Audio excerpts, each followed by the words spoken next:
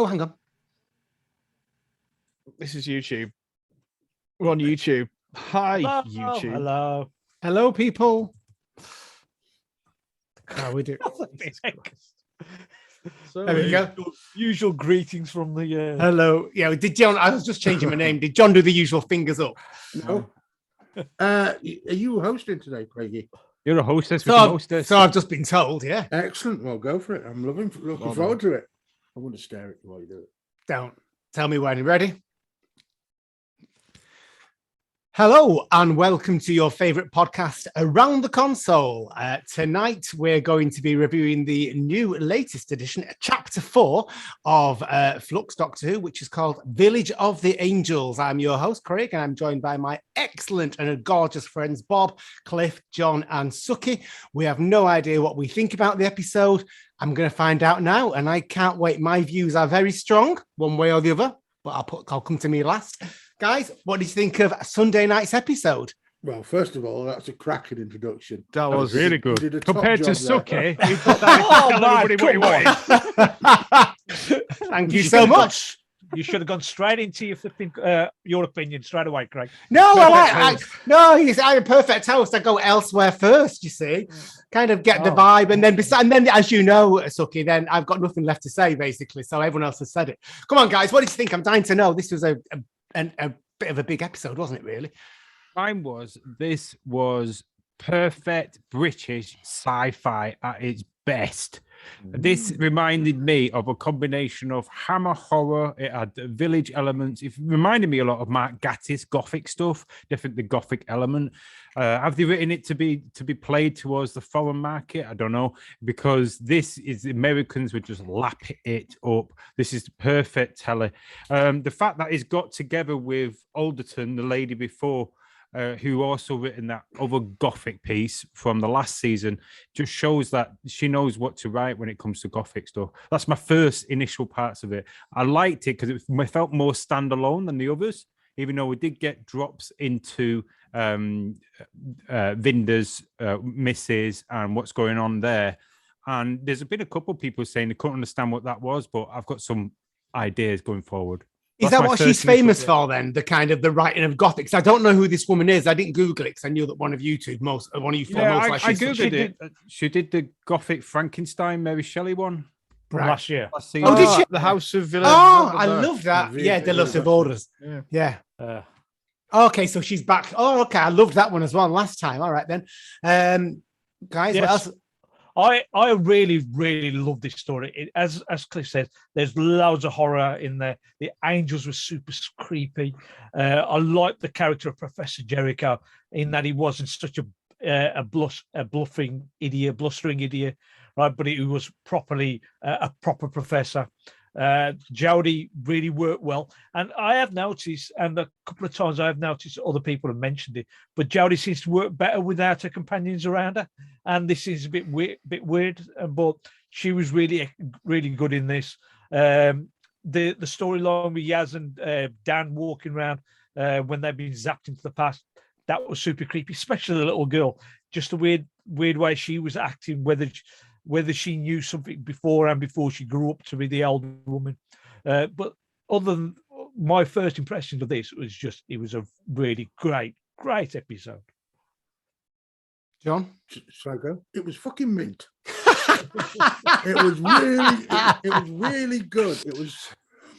I rarely watch things twice because I've already watched it. I've got it in my head. Nothing surprises me then. But this one, when I watched it twice to get my review and to do my sort of notes, it was just as gripping. In fact, more so the second time round. And I was like, yeah, this is really, really, really good TV. The Doctor is really good. Jodie is pretty good at the Doctor stuff now. I think they've had a little tonal shift in the way they write her. You said over the last couple of episodes that she's your Doctor. Is that what you're still thinking? She's certainly a good enough Doctor to be in my list of top 3 Doctors. Who are your top 3 Doctors then, John? Well, on the spot. Tom Baker. I would say I really like Peter Davison for some reason, but I do like Peter Davison and then Jodie. So not in that order necessarily. No, yeah, because it varies, doesn't it, when you're watching it? But okay, Bob. I really enjoyed the. No, I'm not finished. Oh, sorry. Mentor. Fucking hell, Craig. Hard No, but taskmaster when I'm in charge. I really enjoyed Professor Eustachius. I can't remember Yes. his name. Top name. Love it. Jericho. Jericho and Jago and Lightfoot vibes from him, definitely. And I really like Claire Brown. I think she would be a fantastic companion. And I think I got like vibes from old companions for Claire because of the hairstyle and the style of makeup and Fit just as the well. way the bob and like the 60s clothing. It was like she could slot right in as a companion really easy. Block right in. Yeah. Anyway, yeah, Bob. Do you know what my favorite thing about it was? The fact that Hugo Lang has come back into it from the Twin Dilemma Yes. about 30 years later with a dress sense and hiding. Which is good because this is 100 times better than that Yeah, shit. and hiding as a professor on planet Earth. I love it. John's looking confused. It was. No, I know what you mean. It was good. My problem is with it that last week, for me, I've struggled to watch anything after last week being, for me, the best episode of Doctor Who ever. It was just so fucking. Is what about this one, Bob? Is it? No, it's not. Oh. It's Is it good. not? Okay, It's right. it's very good. I was always going to struggle after last week because last week for me is just like that was it. It was just I don't think I'll ever see anything as good as that in Doctor Who again. It was challenging. It was everything. It was amazing. Whereas this was very, very good. It was very, very Doctor Who. Yeah. It was simple. It was, it was tense. It was gripping. It was based under siege because that box has been ticked now. We've had the starting episode. We've had the big epic battle with the ones on Tyrants, and then we've had the timey-whimey stuff last week. And then it was about time. I thought we were ready for a base under siege, and that's what we got. I'm not a fan of the Angels, and I liked it I liked it a lot more the second time I watched it. I mean, the cliffhanger. It was one of the best cliffhangers in Doctor Who ever. When she turns into an angel, that was immense, and it looked cool with the angels. I'm not on board with the angels, but it was in what way? I just think they're a bit shit. As a concept or as the actual design? A concept, a design. Right. I like them in Blink, and then I just have never. There's just better. Pick up a new monster or something. That was my only sort of drawback. Was it was the Angels, but it was very good. It was very good. So I love the concept of the Angels, the fact that they zap you back in time and live off the energy. I mean, to be fair, I'm not usually in love with the Angels either as a kind of adversary. They've never particularly, even I know everyone raves about Blink, and I think Blink is a really good story, but it never blew me away. I was always really surprised by the reaction that came to it. And the same with when it comes back with Matt Smith, can't remember what it's called now. Flesh and Stone, yeah. And then they kind of never really had a big one after that. Angels Take Manhattan, which I like actually. But yeah, I think they're a great premise, and I think they're beautifully realised. I think they're a really good adversary that had never been particularly well written until this. Yeah, I like that there's a renegade version of one of them. Yeah. That's an interesting story to maybe delve into later. Yeah. My thing with the Angels, the only thing it's a great concept, as you all said, it's a great concept. They are creepy, super creepy, and they do like to the way they're portrayed is well realised on the telly. But the only thing I've also is if you've got a number of people all staring at the one. Yeah, angel, that's it for me. Right, you can get away. You can get away, but it's the terror and all these people die. Well, they're all trying to stare. When one could blink, the other one's still staring. They can't move. I think that's it for me. Is that this the concept doesn't quite. It's not directed quite right, or it's not quite. I get the idea that like there's a little bit flawed in something that can't move unless it's not being observed. But have you ever tried not blinking? It's really impossible, isn't it? It's just I understand that. And have you ever tried not blinking in a panicky situation where you might die? Oh God, I never thought about that because actually naturally it's a sign of stress, isn't it? I understand that on a one-on-one situation with you and an angel, you're gonna get caught. But if there's 2 or 3 people there, surely one of you can go, one of you can blink, one of you, the others can move Yeah, away. that sort of organization when you're panicking and in a stressful And also, situation. Yeah. as I think when they first brought the angels in Blink, it was basically just really one angel at a time, wasn't it? But now you've got the multiple angels that are attacking. They seem to be getting bigger and bigger, right, from Flesh and Stone. And there are just angels everywhere, surrounding houses. So I think that's kind of, you can only have so many people when you are surrounded. You can't look everywhere, and that's where the pressure comes in. Cliff? I found with this story element of being gothic, of being in an English little village as well, having the angels complemented the story so well. Because if they would have used another monster, like from obviously another planet or come from the Earth itself, it wouldn't actually have gelled as good as these angels. The first time you see that angel, we knew that it was coming angels anyway with the bloody trailers, but sometimes I hope they don't show trailers half the time. But the first time you see it in that graveyard, you think, oh, here they come. And then they've got the barrage part around the house. It's very much like like Walking Dead zombie, and they replace it with the angels like they're barging into the house and they're under siege. Somebody's going to argue something about this. Yeah, go on, No, Sucky. I'm not. I agree with Cliff, because that imagery right at the beginning in the graveyard is the thing that makes the angels quite. You need the angels in this sort of episode, because that's what you see when you walk around graveyards. Yeah. Is these angel-like statues all over the place. But that village is this, I'm pretty certain that's Ledsham. Is that what it's called? Matt Smith's village? Because obviously I've been and visited it, and all the time I was watching, I'm thinking I can visualize that street, I can visualize that church. It's where the Amy Pond village and all the rest of it.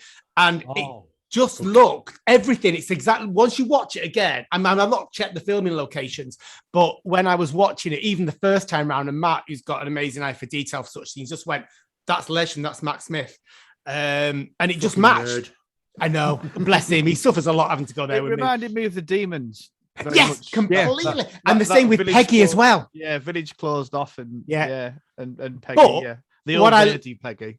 What I loved about it, and this is where I think, I mean, we've all sung Chibnall's praises and right through this. It's really modernized it, that it wasn't just the demons where it was cut off from the village. You had that element, didn't you, of the extraction, and the whole village isolated from time and space so that the extraction could take place. And that to me was an amazing moment where it kind of lifted the story from a base under siege to, well, it's still based under siege, but a new element added to it. The whole thing had been removed, so they could be trapped. I loved that moment. I thought it was brilliant. There was some It was cool. there was some amazing shots in it this episode as well. In fact, there's one particular shot where she's walking up to a mirror in one of her visions, Claire's visions, and she leans down and so that's been done. That's a proper camera trick. Yeah. That was like somebody else walking towards the mirror, Claire walking towards it. It's just a gap. Oh, I don't think I saw that, John. And she bends down, the camera goes right in and then comes back and she's not there. So and she's got wings and it's like, oh, man. Oh, yes. So, That was great when the wings appeared. Yeah. It's just a great camera directorial choice to do something like that and a practical effect. It's really nice. I tell you, my favorite image of it, again, I completely agree that I don't know the word, direction, cinematography, whatever it might be, was beautiful right throughout this. It was so beautifully created. There's that scene on the beach, and you've got the angel and the doctor, but they've both got a tide coming in behind them. So and that was just, first time I saw it, I just thought it looked great, and I couldn't quite place what it was. And the second time, it was literally the fact there was two seas, one behind the other. It was also like party of the waves, wasn't it? It's Moses. It's really almost. good. Yeah, and it's quite grayness towards it as well, and then it lights when it needed to be lit as well. And the dark moments is awesome most of the way through it. But I think one of the main characters what stood out for me was the Professor Jericho. Oh, yeah. Just that it comes across that typical British like PG Woodhouse type character, and then there's an excellent line which I've written down where the angel comes and mimics his voice, and he goes, "It is impressive, but most impolite without permission." It was lovely that Dutch and British, you can't get away with that. Yeah. Brilliant, loved it. Yeah, but he's a great character, because you look at 1960s, 1970s characters of that sort of ilk, professor type characters. If a young woman comes in and starts taking over, they usually get quite, they get quite boys, quite peed off. I see. Yeah. Right, and they just don't want to get anything, don't want to listen to him. But he seemed to listen to everything the doctor was saying to him. He understood what was going on. He didn't argue that too much, and whatever the doctor told him to do, he did, which made him a great character with this story. Kevin McNally, you just got it out of the park. Yeah, I love the fact that you got. I mean, he's only in it. He was a great actor. Acting everywhere was fantastic in this.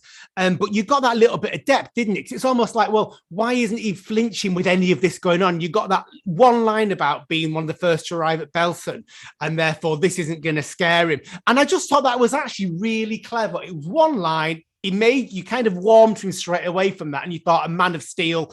You thought he's almost unshockable after that. And I just thought it was really beautifully and cleverly written. And even under the pressure, and then the weeping angels are breaking in, and everything that's going on. The minute the doctor says, "I want to do like a mind meld with you," I love it. Yeah, he's like, "Let me record this. Let me record this." Yeah, it's going to be great. His scientific principles clicking. Bob, you're very quiet. Are we convincing you on this, or what we're thinking? I've got not. To be honest, I've got not a lot to say. It was just a very good episode of Doctor Who. Yeah, I thought Jodie was brilliant. I thought Yaz and Dan was shit. Oh, did you? I think Mandy Gill. Mandip Gill. I think it's a bit like what I thought about Jodie. I think off screen as a person, they're brilliant. Like they've got such great personalities, but they weren't quite reflected in the characters.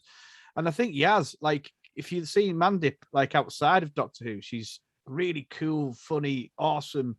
Just there's something about her that's got like a star quality. In this, Yaz has never done it for me, and she very much didn't do it for me in this. And Dan was just irrelevant, really. I kind of agree. Dan was wooden this time through, but Yaz, I thought she was particularly strong in this. Yeah, I thought she was decent, but it is what it is. She brought her play skills. She did, and all that. But I mean, it's the way she plays. Obviously, she's acting, and that's how she's acting the part. I just think it's a bit of a shame when you see the girl in real life. And she is this like just really like Jodie is. She's outgoing. She's outgoing. Great smile, like just really good start. Awesome. You kind of want to hang out with her. Whereas Yaz, you don't really kind of want to hang out with her so much. But I think Jodie in this, it's possibly her best performance. Absolutely, as the Doctor. Yeah. I thought. Yeah, I would say there's loads of really nice moments that she has.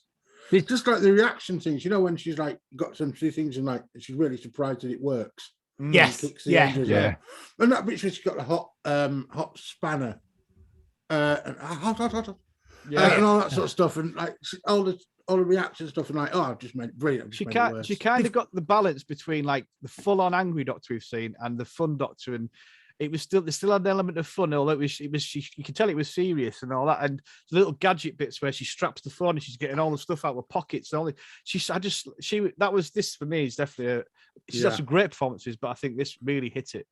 The thing there as well, if you notice the way Jodie is in real life, she's quite outgoing, quite bubbly and everything.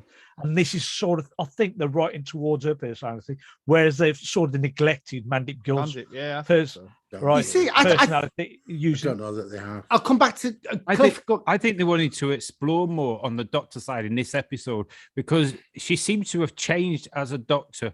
Definitely in this season, because she's out looking for her history. She's out a little bit of selfishness within her because she wants to understand what's going on. She fears that what is happening is because of her from was it Alsok as well.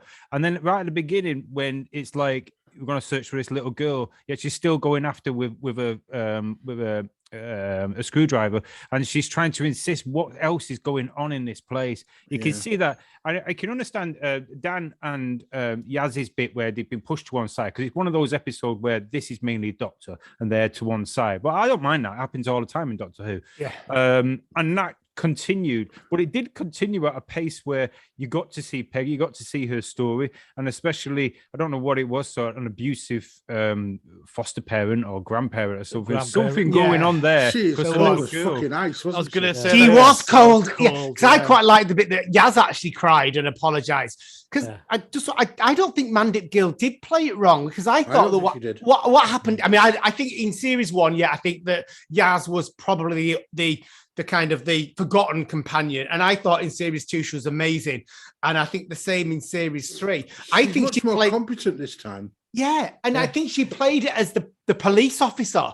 That's what she did, Yeah. didn't she? She went Yeah. in and she was controlling the search, and then she was all about when they arrived in the village in 1901, we have to find the girl, we have to make sure she's fine. And the last thing you want is a police officer that's trying to keep control and take stock being overreactionary one way or the other. And she played it. Yeah, she did play it neutral, but I think that was probably a deliberate decision because she went into a professional role, and I think they were trying to keep it a bit real as to her origins as a character. That's how I viewed it. Do you know what? I really miss Bradley Walsh. I really miss Graham. I think if Graham had been, really? oh, I love Graham. I love I Bradley fucking Walsh. hated him. I think his storyline Oh, finished. really, John? No, but I I did not mean, like it. imagine. I was kind of imagining if Graham was Dan, swap them round. I think you'd have I thought it would be a lot better, that section.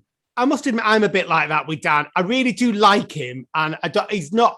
No, I rephrase that. I like him, but I kind of sometimes think he has the same facial expressions a little bit. He's not an actor, is he? No, He's a comedian and I think that pretending to be shows. an actor. Yeah, and it's not. It doesn't offend me. It's not bad, but I think possibly he might have been cast more for his name more than his ability. I think he's been cast as the carry-on person. That's Well, the they always carry-on have, don't they? They character. have, like, Bernard Cribbins was one, Yeah. and they got in Bradley Walsh. Bradley which Walsh is was another the comedy line. one before. They Yeah. always have someone to have that little bit of slapstick with it. You got the Yeah. serious ones. I think having this many companions is just enough for me. When you Yeah. have more than that, it's just gets a bit of a blowout, and they all don't get Yeah. a say. So these have had a say, but this episode was, I think, particularly the Doctor.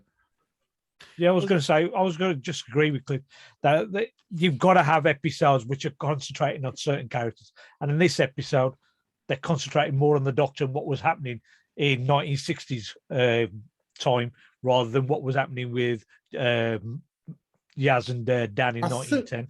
I think Yaz and Dan are a decent sort of pair. Yeah. I think they're starting to bounce off each other now. I just wish that, like, John Bishop could be a little bit more expressive. Yeah, that's what I think lets him down. I don't think it's tone. I don't think it's his lines or the way he's written. I actually think it is his almost inability to use his face to convey emotions. What? I was just gonna say, what I did really like was the way the two storylines were slightly tricky, as in you didn't quite know what the times were, if you know what I mean. And I particularly like something that I noticed like the second time around. So when you've got the vicar in the graveyard in 1901, and then you've got the couple looking for the 10-year-old daughter in 1967. So the old couple are looking for Peggy at 10 years old, and Mrs. Haywood in 1901's been writing notes to people, and the vicar's trying to. That's the other way. No, She no. was in 1967. Was Mrs. He was in Haywood. 1960. Yeah, everyone was in She- 1960s. she's the was- older Oh, So, version yeah, of Peggy. sorry. Yeah. Sorry, the other way around. Oh, right. No, well, ignore me then, because I was thinking, yeah, no, well, I got confused because everyone was shouting Peggy then. I kind of thought that was quite clever, but I mean, in general, I didn't really pick up on that until later on. No, I don't think I did either. Of the two time things, and I thought that was added to the tension of, because like I said to you, like said last week, when you kind of know what's going on, it does add to the tension, and this was tense. It was brilliant. It was a really good episode of Doctor Who. Sorry, Bob. I was just going to say, did anybody actually get the He's connection not sorry, Bob. Peggy and Miss Hawthorne were the same person? Because I didn't realise until she actually said Yeah. it. Didn't everybody ever? I twigged when she yeah. walked into the screen, so I twigged before she said it. Yeah, but only Yeah. only within the beginning of that scene itself, Yeah, because they that's- came on that's- screen and that was the moment. And there was an obvious age difference between. I quickly went 1901, 1967. Yeah, that would make sense. I did like the fact that as soon as they moved from 67 back to 1901, it's got something which happens a lot in villages all over England. Is you can't really see much difference. You're like, it's only a horse and cart when they have to push on and go, yeah, it's not a Things don't change in villages in England, do they? That's why they like to use them as locations in in nearly everything. I don't think Historical. that's what BBC does brilliant, is dramas and all this stuff going in the past. They relish in that, and it does do well all over the world. So when they combine the two elements of sci-fi of the Doctor Who and the drama of timepieces, it works so well. I think everything about this looked truly beautiful. The atmosphere, the buildings, the churchyard, the mist, and it had a real urgency to it. And I don't know, it just, the angels seemed more in place in this story. I mean, I never forget, I don't mind the angels. They're not my favorite, like I said at the beginning, like Bob. And I never forget that scene with Moffat when, you know, you had the, in Angels Take Manhattan, when you had the Statue of Liberty. And that was ridiculous. It really was stupid. Whereas this looked so much better because it was like in creepy graveyards. When it was going round, it just worked brilliantly for me. And even when they were going down the corridors and the alleys, it just seemed, but it obviously wasn't studio bound. It was better. Go on, Suki, sorry. Oh, I was just going back to something that John said about the Renegade Angel. Now, this Renegade Angel worked for Division, and you've also got the Doctor was captured in the New Year's don't special. Don't all the angels work for the Division? I got the impression that all that's of what the they said, angels apart work from for the Division. Renegade who's nipped off. Split. Yeah. Yeah. But that's new this episode, isn't it? That only came out in this Yeah, episode. we didn't know that. Yeah. But I'm just wondering if this Renegade Angel has anything to do with the angel that was also with the Doctor in the prison in the Dalek episode, New Year's. Ooh. Oh, yeah. That's a nice bit of continuity. Oh, that's great. Yeah, somebody pointed that out in one of the comments, and I thought maybe I'd ask one of you guys if It's got the same. If it's got the same face, because that's the same model of the Weeping Angel as The scar. Yeah. If it's the same, we might have to go back and check that. So keep going back and That's check a good that, one. Suki. There you go. I'll have a look later. Yeah. I'll give you something to do because you've got nothing else to do, have you? What did we think about this I'll idea of just the angels being Division, though? Did we like it, or were we not? I did. Well, I like the Division thing is quite exciting, and knowing this history which we don't know about the Doctor is great. I love it all that, and I love the fact. I think the angels for me, because it's brilliant. Graveyard, like you're all saying, graveyard. It is tense. It's horror. It's gothic. It's great. There's just something, and I don't know if it's the direction with the angels, because it must be very tricky to direct, to have this thing that doesn't move, then moves, and the people, sometimes people aren't looking.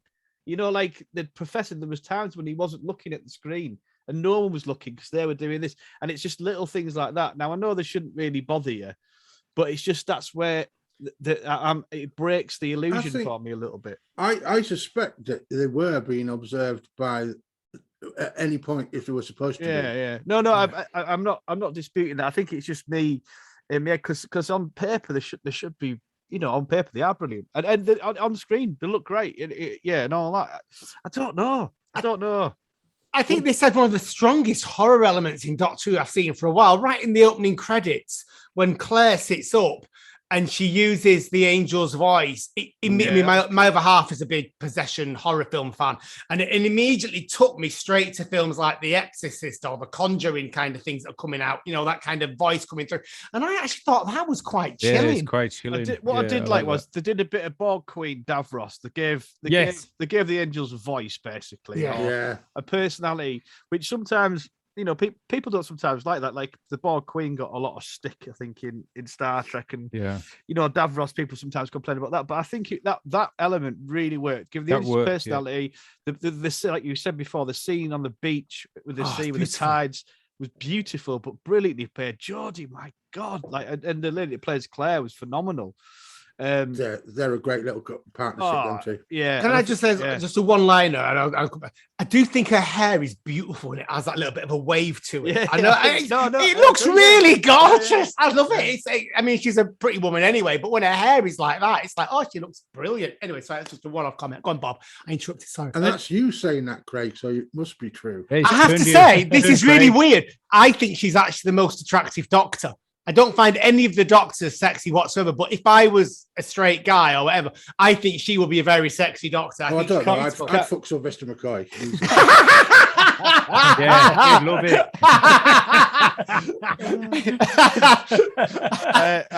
Go on, Bob. You were saying serious stuff. I can confirm that, Craig. Yeah, I do think she's a beautiful woman. But as well, she's got this, like, she's got her own mannerisms now as well, which she kind of has a little bit, but there's this like slight awkwardness to her, like a Doctor. Like that. It's like an innocence as well. Yeah, she's just honestly, she, like John says, I'm going to put her up in my definitely top 5 of Doctors. Oh yeah, without a doubt. I think I saw something about she was doing an interview about when she was pretending to be the Ruth Doctor. And So good. She was talking about her what she has in her head when she's doing the Doctor is to shorten herself. She hunches a bit. Yeah, like that. Yeah, and like it's a little bit like that. And she's less. Yeah. And I think she's a fantastic actress, and she's finally into the swing of it in season 3, and it was going to end. And what I love about it as well is she's kept all the doctors have the mannerisms, and once or twice they've got a bit lost, I think, with like Capaldi, etc., or they've changed like the shut up. But her, she's kept that kind. I know some people haven't liked him all the way through, but she's kept that kind of curious face that she pulls, that scrunchy nose, and she's done the constant chattering, which she does even there by talking about, like a Scrabble and the word score and things like that. She's kept that verbal diarrhea almost, talking out loud. We need to talk about Eustachius as a word in Scrabble, because 33 points on a triple word is not Cool, fucking any good. I thought that was quite low. However, having looked into it, Eustachius is 9 letters. So you can technically have it over 2 triple word scores. So potentially, with a bonus for using all 7 letters in your slide, you can potentially get 116 points. Whoa. John, I am amazed that you even researched that, and that is I didn't research amazing. it. I just thought of it for a second, because that's how Scrabble works. It's such a great name that they used for It it. was. Now, I've got a question about him. At the end, I don't know the answer, so I'm hoping you'll tell me. When he gets zapped back in time, he gets the image of the statue in its eye, and does he get a little bit of dust? So does an angel go into him, or is that just me reading into that scene? I think I got from that. I got the fact that it's the dust was what sent him back, because the dust touched him. Ah, right. Because I thought, oh my God, that's a horrible thing to do to him. I don't know. Yeah. Well, I do I also like the idea that the renegade angel using Claire, because she had a premonition of the angel, and and it is what I've forgotten the line that Jodie uses to. She's a seer. Yeah, seer. Yeah. No, but what she says when you an image of a image, angel, you become the image, don't you? Yeah, whatever. But I like the idea that it got into her that way. That was really clever. It also explains all the time shenanigans, because we were all confused how she got into the past and how she knew the Doctor. It's because she's like a seer that can see the future. That's how she recognised the Doctor, knew all this stuff. It wasn't that she was from another time. She was just born in 1985. Cool. It was cool. It was. I kind of didn't expect that of Claire, and I think that was a great surprise for that to come back like it did. Beautiful eyes, is Claire. Cliff, somebody's got a new lady. She looked great with her hair in a bob. I loved it anyway. She did amazing. I like the red tights.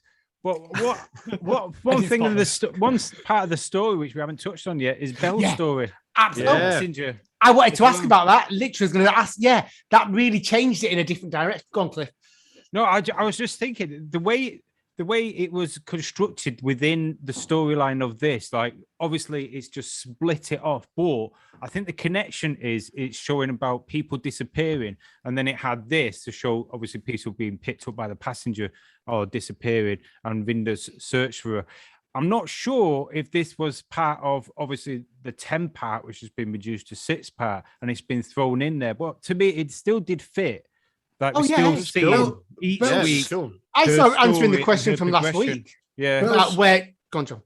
No, it's all right. I was just going to say Belle's story. I think that's set. What we're seeing, and we're seeing it. We're seeing things that happened before episode 1. Yeah. Of this thing, and then Vinder is arriving much later. So all those people that went into that prison, that passenger, are probably dead now, because we saw it last week. And all the week before, and and he killed him or whatever. Yeah, because I loved it when Passenger arrived. I thought that was great. Like Suki said last week about answering the questions of its own threads about things. And I thought that was a nice little loop about how did the people get in Passenger? How did they get them there? Well, that was the answer to the question. She picked up. They were duped. I saw that as quite political on a very sub level. It was very much about refugees joining and I love the sort of like blind religion element to it. You know, like Jesus or whatever on the mountain when he's talking. Basically, Life of Brian. Where was in Life of Brian? But like the serious bit of whatever that context of come to worship as though and Passenger is the savior, and like a lot of religion back then it was used to manipulate people to go to war, to do certain things, to do things that they would die for. And I quite like that element. And I also like Neil out of the In-Betweeners.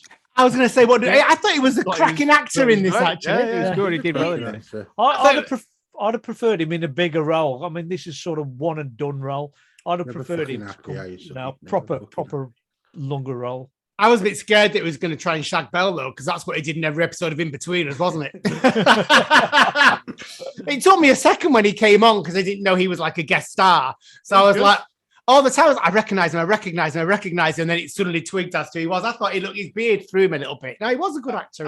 I want to ask how you felt at the end. So the cliffhanger was absolutely mega. The Doctor turns into an angel. And tricked, and the concept of that and what it could mean. It's quite a devastating, massive thing. So I was like, that cliffhanger, and then it sort of breaks back in again with the Vinda bit. Yeah, yes. And I just was like, my brain was about to explode. There's more.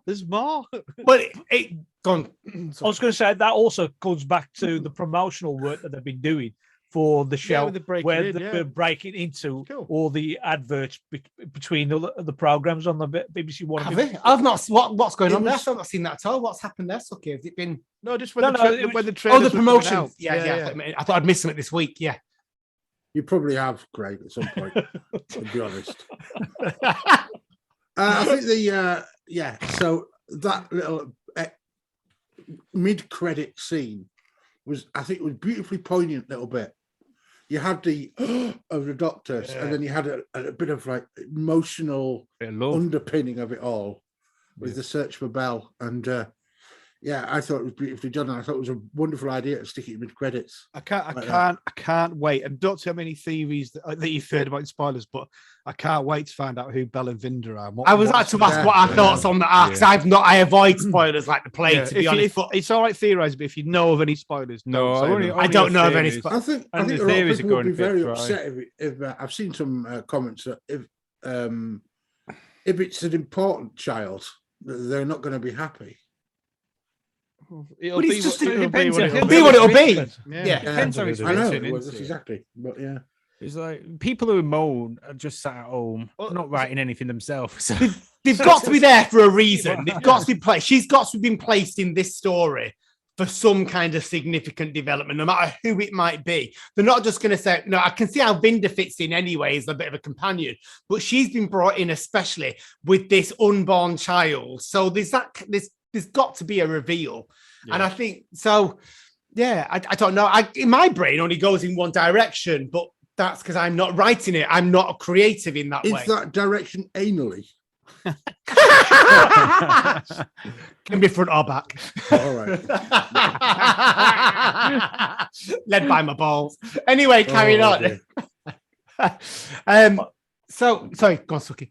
I was just going to go back to some of the images that came through on this episode about the angels. Oh, now we've already seen them before, being with the lighting. There's the suddenly move and all this stuff, and I think we've already seen little bits where they seem to come out of the wall and stuff before, but the ones that really stood out was the crumpled angel. Oh, God, yeah, fire, the fire angel. Oh, that whole fucking effect was amazing. Yeah, stencil angel. It was a 1 second frame, but it was just beautiful. Yeah. So you had that, as I said, it's crumpled, the fiery, and the tele angel when it came out of the television as well. I think just some of that stuff to make the angels even more scary and creepy does, just make the episode even better. I think it really built on the kind of the canon or the mythology, whatever you want to use, of the angels. You know, it had the blink, and then it had the you see an angel that becomes the angel. Then you had the dust and the sand. Then you had you can only survive it once, you can't live twice. And that was cool. That was cool when he just crumpled after you can't survive it twice. Yeah. So it really built on it. The one scene that we haven't mentioned yet, you know, how the village ends and it's just nothing. Yes. It's just a nebula out there. There's a scene where what's he called? What the fucking old guy is called? Gerald and Jean. Yeah. Now they were there and at the edge, and he's like, "Oh, I'm going home," and there's an angel there, and he's going to take it back, and he touches it. the way he just goes boom, out of existence is Yeah, it's really great. neat. Yeah, And then yeah. behind, over the shoulder of this angel is framed this woman who's like standing totally alone and seen her husband of many 40 years disappear. And she's like, the devastation of that moment is really sort of well done. Yeah. And her terror was palpable. I thought he did that amazingly, that little scene. I really enjoyed it. And you also hated him as well, didn't you, as a guy, because he was so rude to her and so rude to the daughter. I didn't hate him. Did you know? Hate might be a strong word. You disliked him. I know granddads like that. It's not a thing. It's just grumpy old men. Grumpy old miserable. Yeah, what the Old He's not a patriarchs. bad person. He's just not good at relating to people. Yeah, Jean probably He's saw out her looking for husband Peggy if he was disappear. bad. Jean saw her husband disappear, and she probably was devastated for a little bit. But then after 40 years of living with him, she thought to herself, yeah, fantastic, all by myself. I ain't got to worry about it. And what happens? This fucking angel. But they die together, don't they, in that sense? Yeah. He also played the main Axon, by the way. Oh, did he really? I didn't know that. Way. Yeah, Don't there know you what that go. means. Nice to using these That companions. sentence doesn't mean anything to me. Have we not reviewed Cause of Axos yet? No, we haven't what actually. Axis is. Ooh. Okay, right. No, he died. Bernard Holly played. Which Bernard one was Holly he? played them. Yeah, Bernard Holly just passed away this week. He played the Oh. main Axon. Right. This one my played God, that's Tarpok amazing. in Warriors. Oh, Maurice. Oh, yeah, sorry, I got Yeah, sorry, confused you on my got- Twitter stories. it's- Apologies. Yes, he was the Silurian money in Warriors. Yes. Deep. Yeah. Do you know when you have to bow down to greater knowledge? I mean, I Yeah. don't have great recall, but Suki just came out with that so quickly and easily. It was all. I'm actually in awe of him right now. I just wanted to put Bob in his place. That's I've all. just And got an rightly image so. of Craig bowing down before Suki. Let's see what that goes. I don't know how far down that beer goes, so it might be a bit messy. Why does the division want the Doctor? Well, she used to Used work to be part for- of the Yeah, division. so but why do they want him? Want her so much? She want her history. She wants to try and tap into her. That's Well, what I'm thinking. that's what the Renegade Angel has. And she Yeah. wants the same, but both of them want the same thing. No, division want the Doctor, regardless of what her history is. Well, I Yeah, mean, but Renegade she- Angel knows- she's able knows to do Doctor's something, history, or so she why can't knows they take her? something. well, the Doctor's incredibly awesome and powerful. I mean, if any organization would want anyone, it would be the Doctor. But what for? That's what I'm asking. Just Yeah, we it's don't the know. I don't Flux. know. Is Oh, there yeah, a I mission know, yet but- to come? This is Yeah. Also, it's like, go on, Suki. No, I was just going to say the thing with the Renegade Angel and the Doctor. The Renegade Angel might know everything about the Doctor up to a point, whereas the Doctor knows the inside details of all the operations from the past. So maybe division. She doesn't remember just- anything though. Yeah, Oh, but they need to it's probably tap still into all her, locked don't away they? in there, though. Do you reckon? It's all locked away, and that's why But she's surely trying if to the crack Renegade open a Angel memory. knows all the information. She knows everything about But- it. But Is she he- doesn't why want to wouldn't be they put get into. her? Yeah, So but they want they the Doctor for another reason. No, I think the Renegade not. Angel Well- knows up to a certain point, whereas the Doctor knows everything. No, I And think, the Renegade Doctor Angel knows is nothing. going The to. Renegade Angel knows everything. yeah, they know that. They can. That's what she said. Yeah. The No, angel, she knows everything about her life. no, she but knows doesn't everything know about everything. division. Yeah, because she Well, could the tell. Doctor's on the beach. Yeah, that's right. I think I agree with John that the fact that she could tell the Doctor what she was missing, but she knew more. And bearing in mind that they were after the fugitive Doctor Ruth. Dr. Ruth was being hunted down before because they wanted to recall her, didn't they? Yeah, So yeah, they're yeah. still tracing her. They're still why were they so desperate for her? Maybe it's something about And why is she her hidden with the being that- chameleon device Must all be the the time? connection with Craig, the you're timeless really child. loud. You're really loud. Sorry, Dan. Mike. Sorry. Must be the connection with the Andy. timeless child, because she is the first one. They want her to either start something, or it's the DNA they want to extract something about her, what they need to connect. Yeah, probably her physical. Something Yeah. physically about her they need. I'll tell you what I thought about when I Interesting to find out. watched it was this is probably me just when I was finishing it, I kind of like watching through. But if this is what's happening here, the Doctor has been running away from the division all their lives, then that actually really beautifully fits with the canon of the whole Doctor Who since it came back with Hartnell. Because all we've ever heard is the Doctor is running the away on the run, and we've never really had an answer. He's been on the run from Gallifrey, but this could easily be expanded to on the run Gallifrey. from the division, but it's never been stated. And it kind of went through my head that it would match so nicely. I mean, he has said that he went on the run from his own Yeah. people because it was monotonous and boring. And Yeah. he didn't want to fit in with that sort of stuffy life. But could but expand. it could expand exactly. Yeah, I mean, it could this expand whole to- time as child thing's expanded Doctor Who into new realms that we never thought before, which is It brilliant. could be just innate in him that he needs to run away, but he doesn't understand why he's running. So he Absolutely. comes up with these Yeah. ideas and say, Yeah. "Oh, it's because it was boring." But really, it's his Yeah. past, but he doesn't Yeah. know is to say, It "Keep feels running." like if he said it was boring, it was because he didn't want to say what the true answer was, or he doesn't know what the true answer is. Yeah. Yeah, It doesn't now. Or because he got scared. We don't know what Gallifrey's connection is to the division because that's never been Galfrey. explained. Galfrey, that's how you pronounce it, Cliff. So, are we thinking about maybe 2 words at this point? Then, is there anything else people want to bring into the conversation between it before we do our 2 I words? mean, my last sort of thoughts on it is that we get a decent cliffhanger ending. I'm proper loving the format of this 6-parter, modern age version of a serial. Imagine how some of these would have looked with modern technology. Imagine what War Games would look like with modern technology. Imagine what a good one. Yeah. The Talons of Wing Chang would have looked like with good technology. Yeah. Just stuff like that. It's like we're in a mind-blowing period for Who, and it's just a joy to watch it. Can I just ask, Bob? Have you seen the trailer for next week yet? Yes. Are we happy to talk about it very briefly? Because I know you don't want to. Brian the Ood potentially and Kate. I wondered that Brian the Ood. Yeah, that's what I wanted to say. Brian the Ood. Yeah, I'm desperate for it to be Brian. I really am. If it is Brian, I will lose my shit. Will you ejaculate straight away? I will ooze everywhere. It'll be ooze. Yeah, and then we've got Kate Stewart back, haven't we, as well? Yeah. And with the Grand Serpent, with a TARDIS in his suit, and it looks good. Well, we'll find out. I think we're going to get lots of answers to questions because obviously we're going to have the progression from 1901. So I think this is going to explain how the tunnels under Liverpool came to be in existence. Needs to know. Yeah. I think we're going to it could be the Liverpool exposition next week then with Williamson. I think it's going to be a bit timey-wimey. I've got a feeling it might be a bit good of a complex one. It's Doctor Who. Expect that. Yeah. Any other thoughts, guys, before we do our 2 words? Okay, right. So I'm going to come to Cliff. Cliff, can you do me your 2 words, please, darling? How would you summarize this? I'm a sci-fi. Oh, beautiful. That's the horror element. Okay. That's still 2 words. Sci-fi. How about sci-fi? Well, Johnny's our grammar and language expert. It's hyphenated, so yes, it's fine. Get in. Learning each week. You're getting to Key Stage 3 level soon, Cliff. I know. Sucky. 2 words. Horror spectacular. Horror spectacular. Yeah, we are getting that horror gothic feel through, aren't we?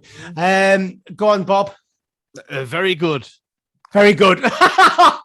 Very good. What was last week's? It was amazing. What did you come up with last week? Last week was I can't remember. It was just unreal. Unreal.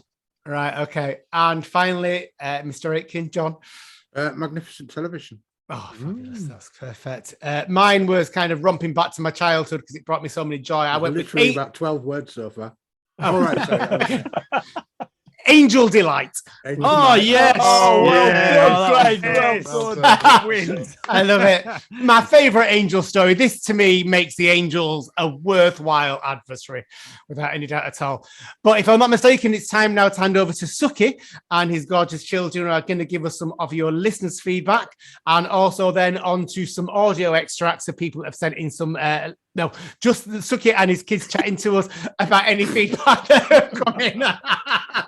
Thank you so much, everyone, for listening. Bye. Enjoy the feedback and take care. Lots of love. Enjoy this episode coming up on Sunday. Bye-bye. Bye. Bye. Bye. Bye, YouTube.